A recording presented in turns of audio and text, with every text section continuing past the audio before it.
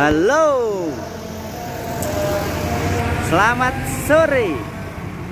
Ketemu lagi. Kali ini nggak bahas jaring, bro. Kali ini saya mau bahas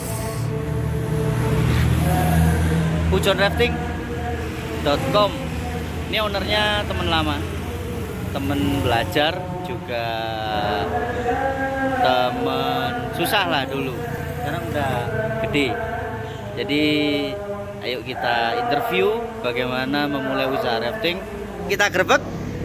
Assalamualaikum. Waalaikumsalam. Nah, nih Ibu Negara, Mbak admin.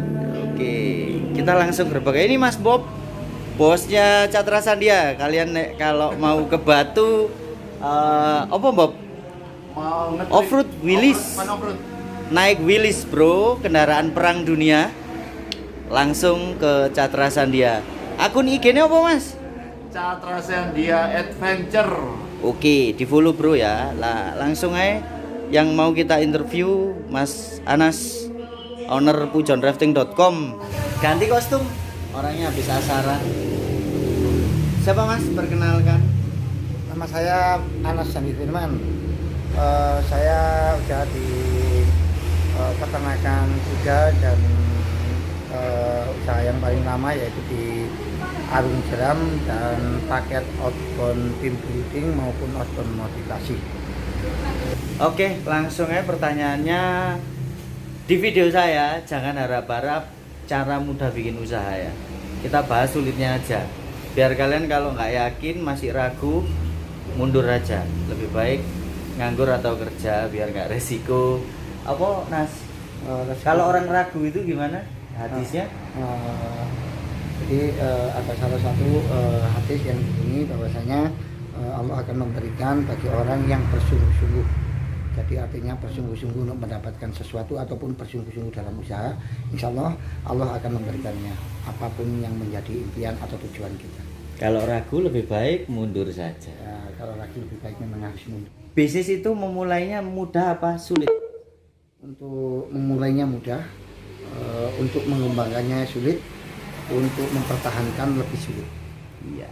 Terus ada tips buat teman-teman kalau mau mulai usaha, dimulai dari mana?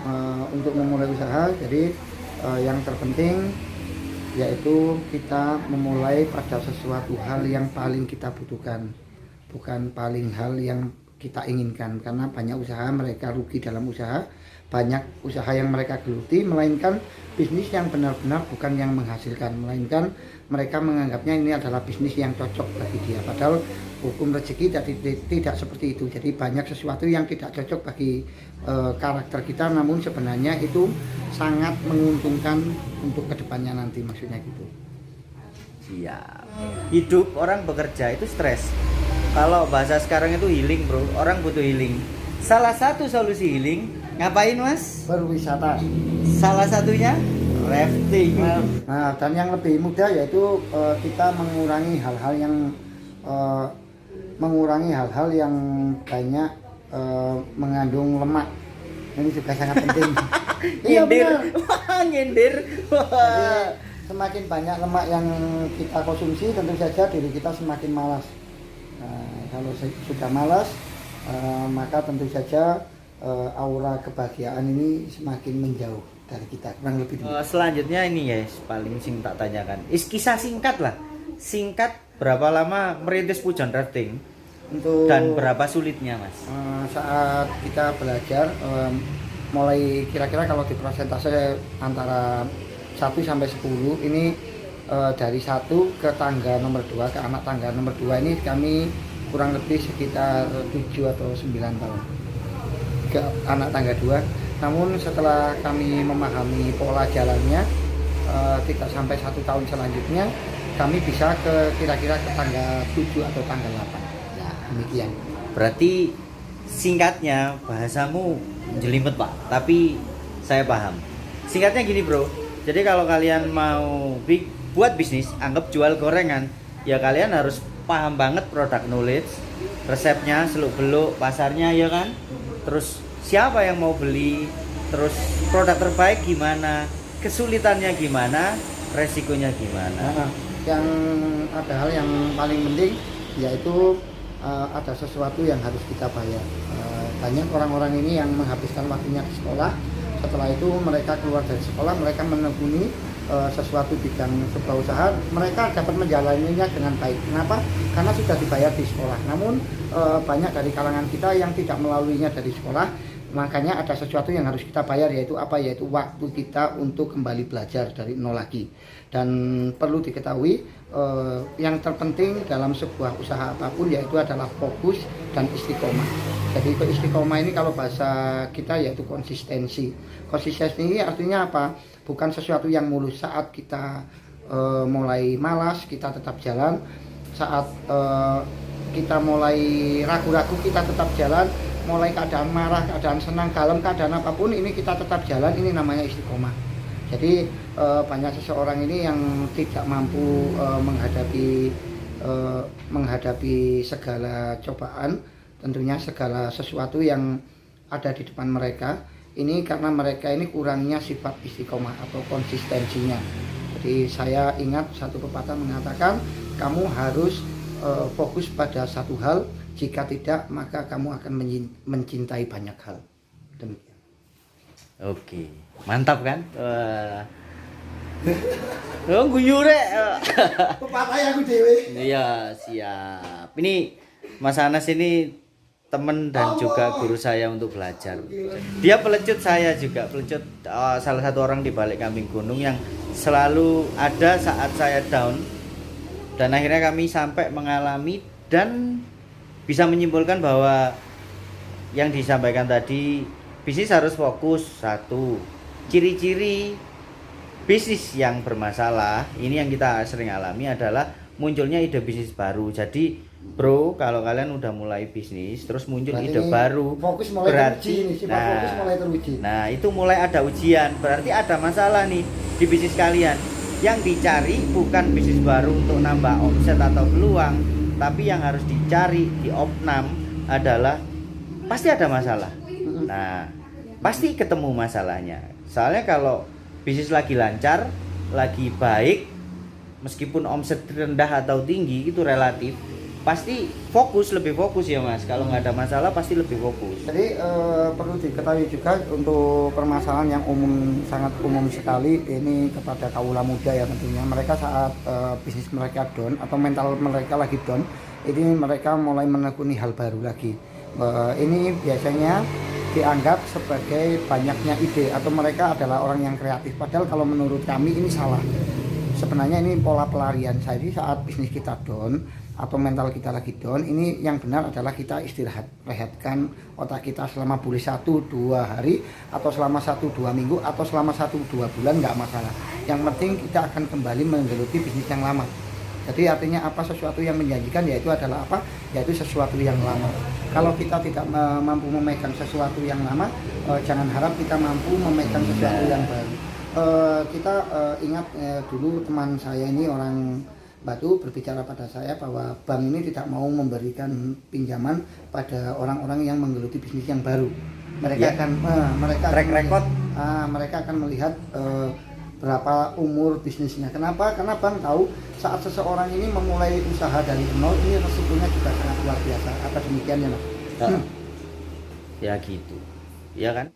Tahun ini bisnis paling prospek apa? Bisnis yang paling baik apa? Jawabannya kita sama mas bro ya. Bisnis yang terbaik adalah yang kalian miliki sekarang. Nah kalau kalian keluar pertanyaan itu berarti balik lagi, bisnis kalian ada masalah.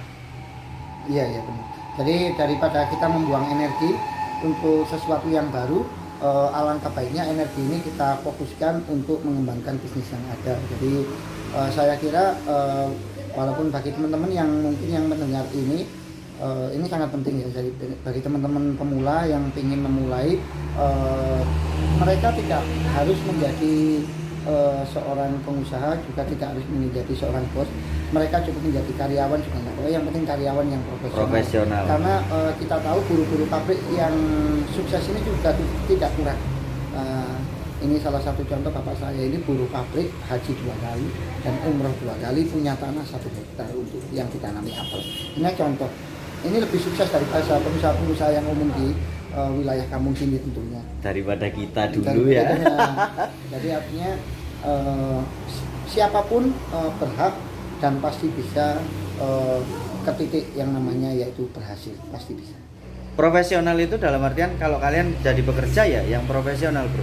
Orang yang menguasai bidang di bagian kerja kalian, ya kan kalian akan menjadi sangat pro, akan menjadi SDM yang unggul ya Pak. Iya. Yang di apa yo? Menjadi motor juga dalam perusahaan, dan nggak mungkin lah kalau kalian udah expert gaji nggak mungkin receh.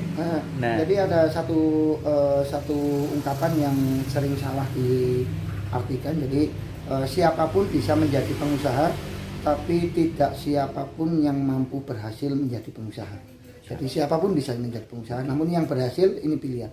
Karena memang sesuatu ini memang di luar garis atau kodrat kita sebagai manusia tentunya.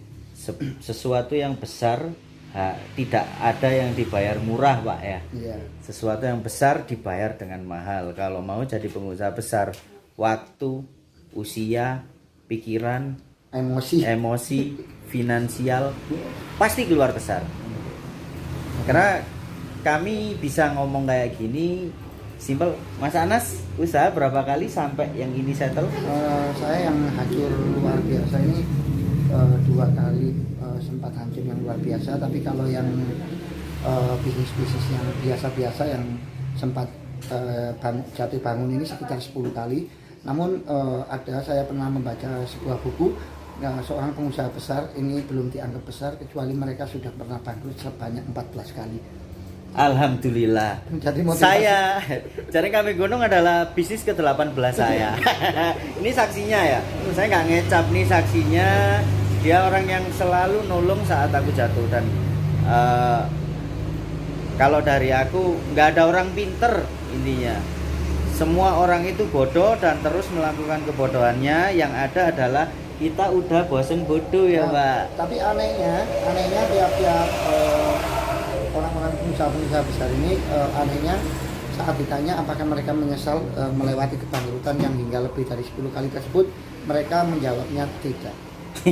Kenapa? Karena tanpa kebangkrutan yang ada semacam itu mereka tidak akan bisa belajar sampai sekarang. Ya. Jadi artinya nilai-nilai yang ada sekarang ini karena mereka pernah mengalami hal-hal yang luar biasa dalam hidupnya. Mulai dari masalah yang sepele sampai jadi yang 10 kita udah pernah. Benar. Dan FYI kami kenal bukan karena sama-sama bisnis bro. Yang pertama kenal adalah kita sama-sama bangkrut. Jadi curhat-curhatan gimana caranya ngatasin Kami bank. bangkrut parah, cuma bukan rampok aja kita. Iya. Kita bangkrut memang benar-benar kebodohan di bisnis. Jadi jumawa juga, pernah jadi orang yang jumawa, jadi sok-sok pede. Nah, sok Kepedean. pinter ya. Aku ya 11 tahun yang lalu ketemu Anas, aku kepedean nih, aku udah punya banyak ilmu bisnis padahal belum pernah tak praktekkan. Ya akhirnya praktek ya butuh 17 kali lagi jatuh. Dan alhamdulillah dan naudzubillah, ini harus jadi pertama yang settle. Selanjutnya kita pasti punya impian masing-masing, bikin lagi supaya bisa menyerap tenaga kerja lokal yang banyak dan bermanfaat lah buat semua. Satu makan semua makan, enak. Buat teman-teman yang fresh graduate, baru lulus sekolah atau belum pernah bekerja atau belum pernah bikin usaha, dan ini teman-teman banyak nih, soalnya followerku sama subscriberku banyak yang SMA juga.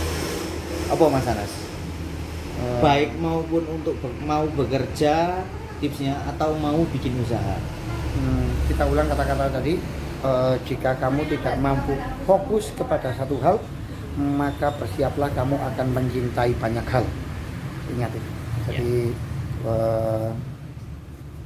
ini adalah kata-kata yang selalu saya pegang. Jadi yang membuat saya terus fokus, dan alhamdulillah pandemi kemarin saya dapat bisnis baru, yaitu jual beli kuda.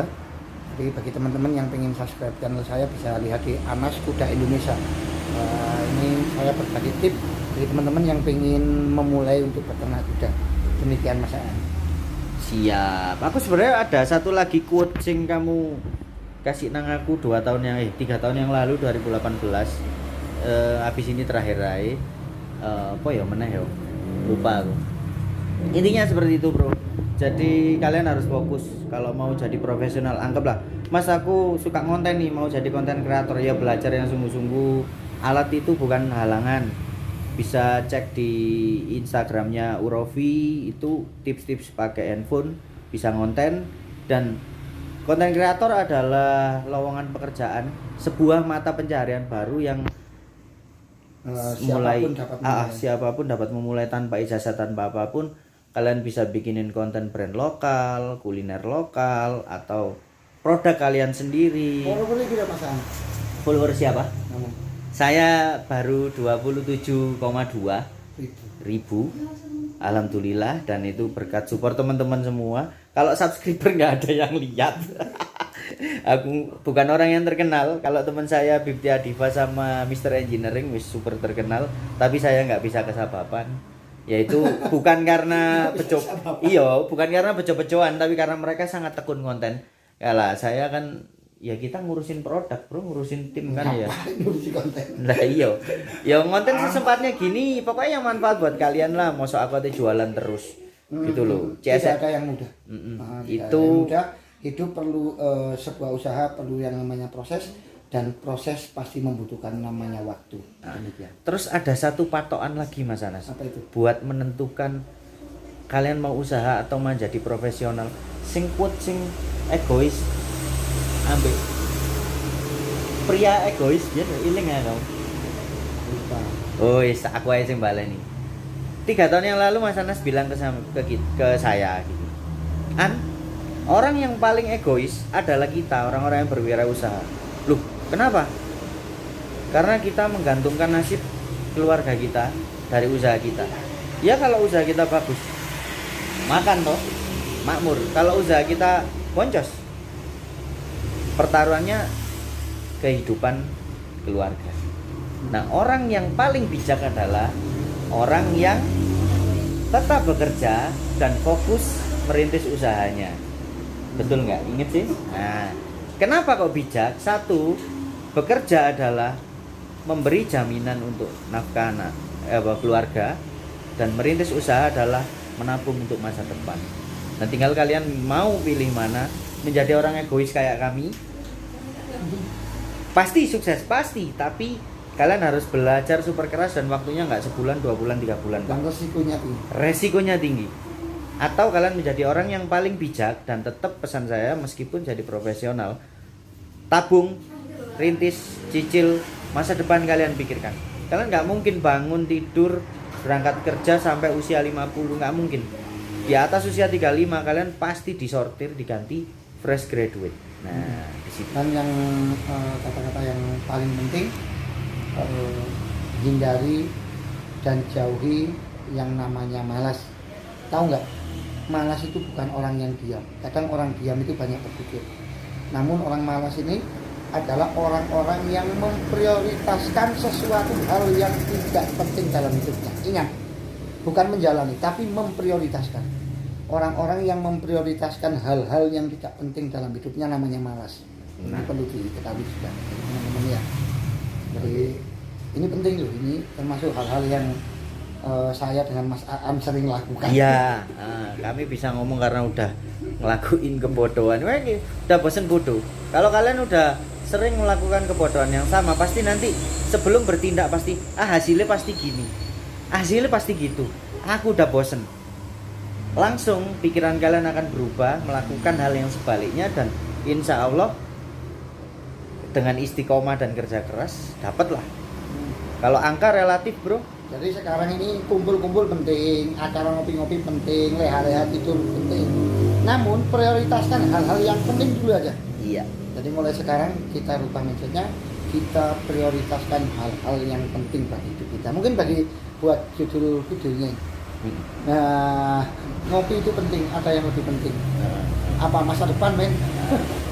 Ngopi pak. Kita berapa lama ngopi bareng, Nas? Jedanya? Setahun sekali. Kita baru setahun sekali ngopi bareng. Setahun nggak ketemu ini lama. Dan itu obrolannya ya nggak jauh-jauh dari yang kita butuhkan, bukan yang kita Bahkan inginkan. ini 1 tahun yang lama ini 1 tahun yang lalu dengan obrolan yang sekarang ini masih nyambung. Nyambung karena ya yang kita omongkan hasil yang Temanya diskusi masih nyambung, masih. yang kita diskusikan tahun lalu, kita bahas hasilnya sekarang, terus kita bikin punya pemikiran baru yang akan dihajar setahun ke depan. Itu bro. Jadi wih panjang rek ini nggak apa-apa wis.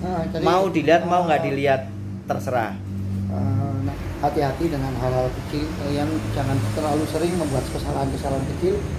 Kenapa? Karena yang membuat kaki kita tersandung ini adalah batu yang kecil ya, bukan batu yang besar. Jadi hati-hati, walaupun kesalahan-kesalahan terkecil pun kalian juga harus berusaha untuk menghindari. Jadi saya ingat betul bahwa yang membuat kita tersandung itu bukan batu yang besar, melainkan batu yang kecil. Ya kalau ada batu besar ya kita menghindar karena terlihat. Jelas. Hmm. Tapi batu kecil ini bahaya. Jadi mulai sekarang mungkin kita mungkin bisa memulai dengan kiat-kiat kecil yaitu apa itu kita merapikan tempat tidur saat bangun tidur, kiat-kiat kecil. Jadi kita mulai menjadi jiwa yang profesional, menjadi seorang saudara yang profesional, menjadi teman-teman yang profesional. Jadi seperti itu. Teman profesional seperti apa? Salah satunya menjaga aib teman kita. Ini adalah teman yang profesional. Nah, ini jadi artinya sangat penting. Saya dengan Mas Aan ini semenjak kenal sampai sekarang ini udah berapa lama Mas Aan ya? 10 tahunan. 10 tahun. Kita belum pernah bertengkar sekalipun. Padahal kita pernah tidur makan bareng pernah, kita cari mayat pernah, kita belum pernah bertengkar. Kenapa? Karena kita tahu sebagai teman kita sama-sama profesional. Demikian. Gitu dulu wes sudah terlalu panjang. Jadi 20 menit itu wakil loh. episode pertama tips memulai usaha atau mulai bekerja secara profesional dari ownernya pujonrafting.com. Jadi kalau kalian mau rafting ya promosi kan nggak apa-apa di akhir-akhir ya. Kalau mau rafting langsung aja cek di websitenya atau di Instagramnya. Kalau mau beli kuda silakan di sini, udah mirip kuda. Anas Kuda Indonesia lah ya. Oke, Anas Kuda Indonesia channelnya ya. Gitu aja. Terima kasih, semoga bermanfaat. Gitu aja dari saya, tetap nggak ganti nama, Aan Kambing Gunung atau yang biasa dipanggil Mas Bing. Semoga sehat selalu semua. Assalamualaikum warahmatullahi wabarakatuh.